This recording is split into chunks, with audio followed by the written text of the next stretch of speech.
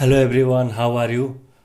So today in the biochemistry genetics we are going to read about another topic that is one of the most important topics in the biochemistry genetics that you should know. It is cystic fibrosis.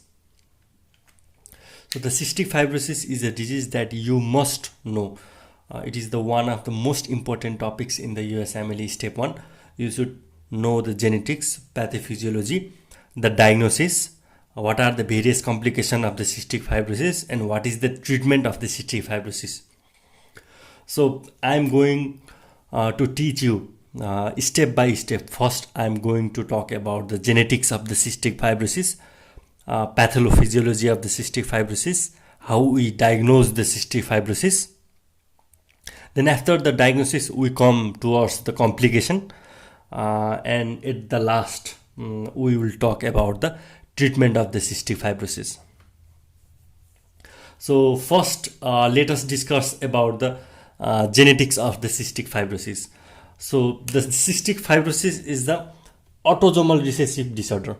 You should know clearly that cystic fibrosis is the autosomal recessive disorder, and there is defect in the CFTR gene.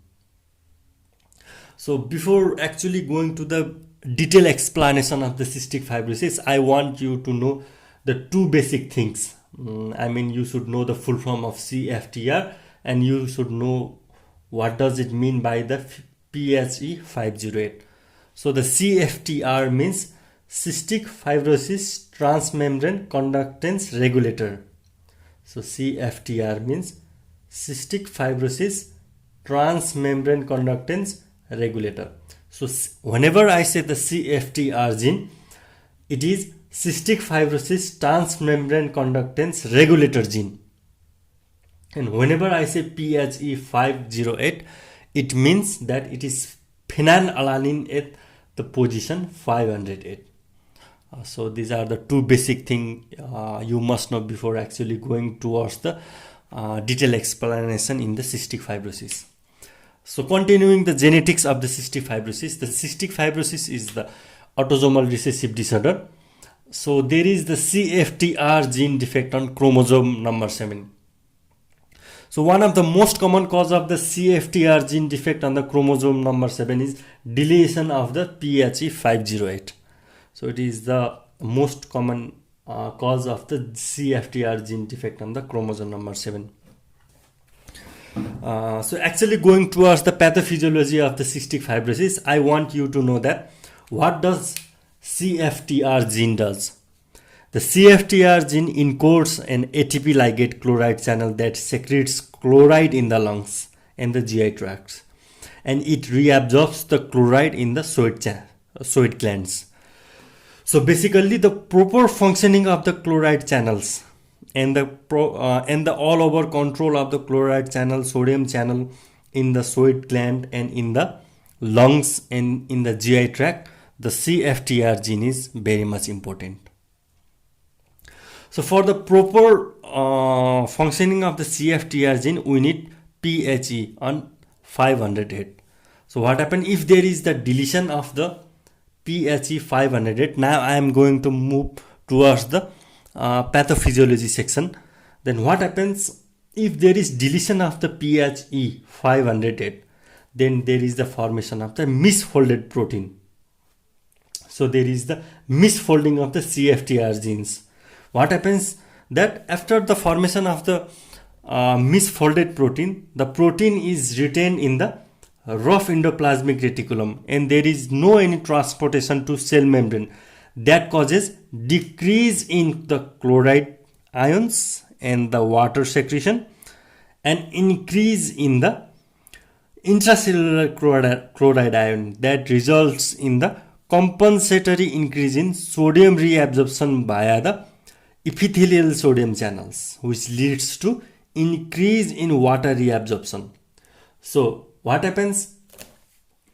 This all lead to abnormally thick mucus secreted into lungs and the GI tract.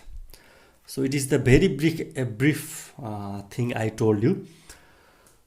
So basically what happened in the normal sweat duct is that the CFTR gene regulates the ATP gated chloride channel.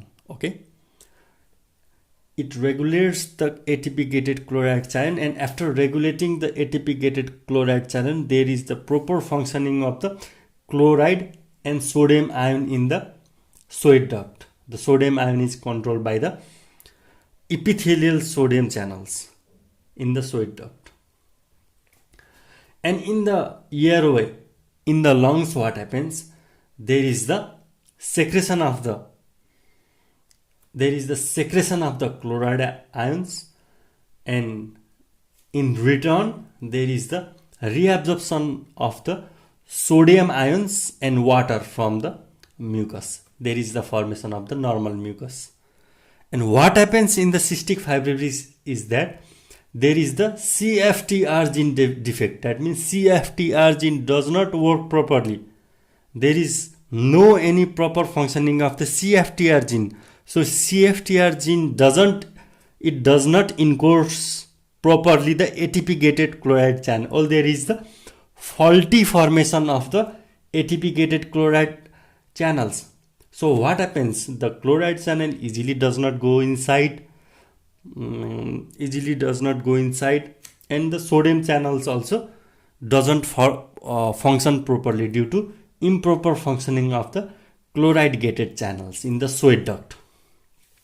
So similarly, what happens in the airway, in the lungs, what it happens is that due to the defect in the CFTR genes, what happens? Due to the defect in the CFTR gene, the chloride ion is not secreted in the normal mucus, and there is the abnormal reabsorption of the sodium. So if there is abnormal reabsorption of the sodium, together with the sodium, there is more reabsorption of the water also. So sodium and water is reabsorbed excessively.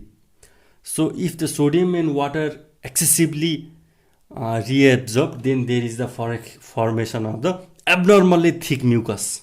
So this abnormally thick mucus is secreted in the lumen of the airway. So that is the basic pathophysiology that you must know.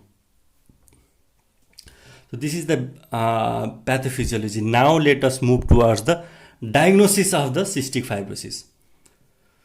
So one of the definitive diagnosis of the cystic fibrosis is the pilocarpine induced sweat test. So in the pilocarpine induced sweat test, what happens? We can find the increase in chloride concentration in the pilocarpine induced sweat test. And in the newborn screening, what we can do is increase in immunoreactive trypsinogen we can see in the newborn. So what is the presentation? The presentation may be the alkalosis and hypokalemia. The presentation could be alkalosis and hypokalemia. So what are the various complications of the cystic fibrosis?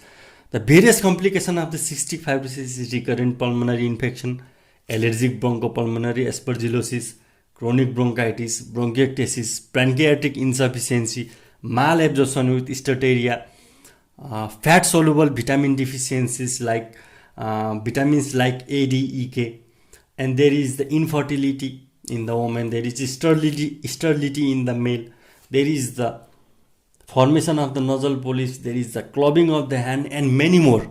There are many more complications of the cystic fibrosis once cystic fibrosis occurs. So at last, let us move towards the treatment of the cystic fibrosis. The treatment of the cystic fibrosis is multifactorial. Only one factor we cannot use only one thing to treat the cystic fibrosis.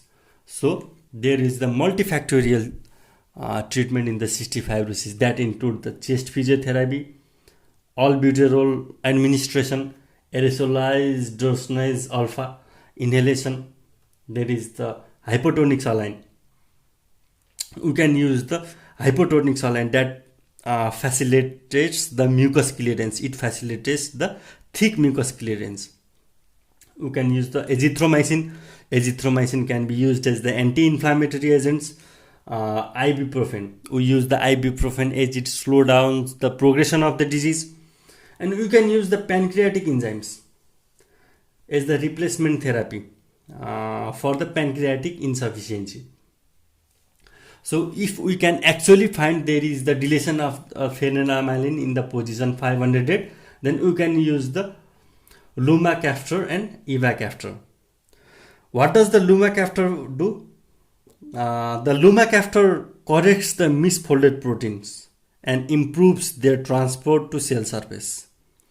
And the ivacaftor opens the chloride channels and it improves the overall chloride transports. If the chloride transport is improved, then automatically the sodium channel can be improved. So this is the basic logic behind the administration of lumacaftor and ivacaftor. So this is the brief explanation of the cystic fibrosis. I talked about the genetics, the pathophysiology, the diagnosis, the complications of the cystic fibrosis, and we talked about the treatment of the cystic fibrosis. I hope you understood this lecture and enjoyed this lecture. Thank you.